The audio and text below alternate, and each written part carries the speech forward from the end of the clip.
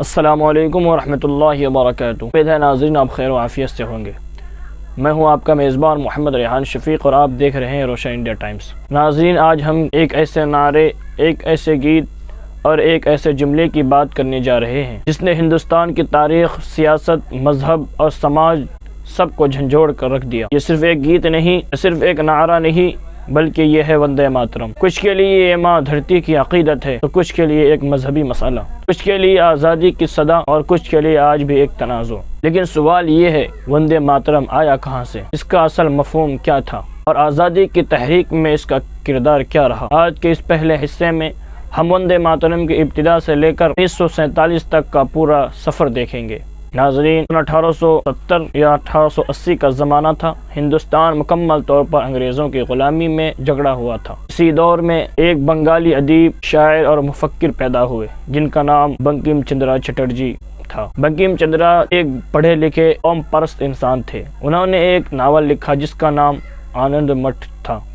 اسی ناول میں پہلی بار ایک نظم شامل کی گئی، وندے ماترم۔ لفظی معنی وندے میں بندگی کرتا ہوں، ماترم ماں، یعنی میں ماں کو سلام کرتا ہوں۔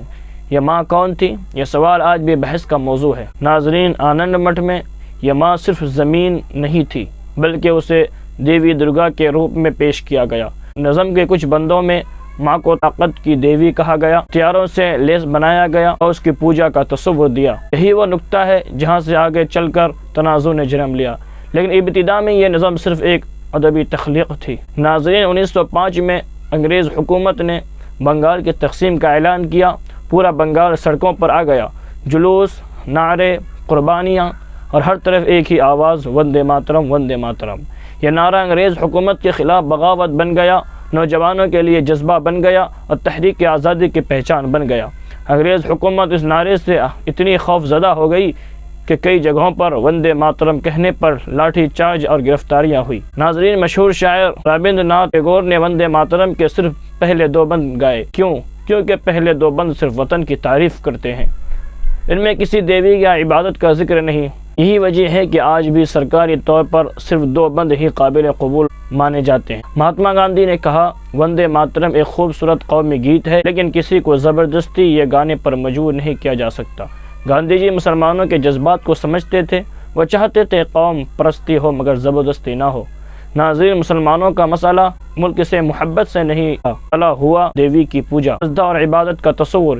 اسی لیے بہت سے علماء نے کہا ہم وطن سے محبت کرتے ہیں مگر عبادت صرف اللہ کی کرتے ہیں۔ یہاں سے اختلاف کی بنیاد پڑی جو آگے چل کر شدید تنازع میں بدلا۔ ناظرین آج ہم نے دیکھا وندے ماترم کہاں سے آیا، آزادی کی تحریک میں کیسے گونجا اور ابتدائی اختلاف کیوں پیدا ہوا۔ اگلے حصے یعنی پارٹ 2 میں 1947 کا تاریخی فیصلہ، علماء کی واضح آراء، کانگریسی کے اندر کی بحث اور اصل تنازع کو مکمل طور پر سمجھیں گے۔ اگر آپ چاہتے ہیں کہ یہ سب تک پہنچے تو ویڈیو کو لائک کریں، اگر یوٹیوب میں دیکھ رہے ہیں تو چینل کو سبسکرائب کریں، اگر فیس بک پیج میں دیکھ رہے ہیں تو پیج کو فالو کریں۔ انشاءاللہ جلد ہی ملیں گے اگلے ایپیسوڈ پارٹ 2 کے ساتھ۔ تب تک کے لیے آپ روشن انڈیا ٹائمز کے ساتھ بنے رہیں۔ السلام علیکم ورحمۃ اللہ وبرکاتہ۔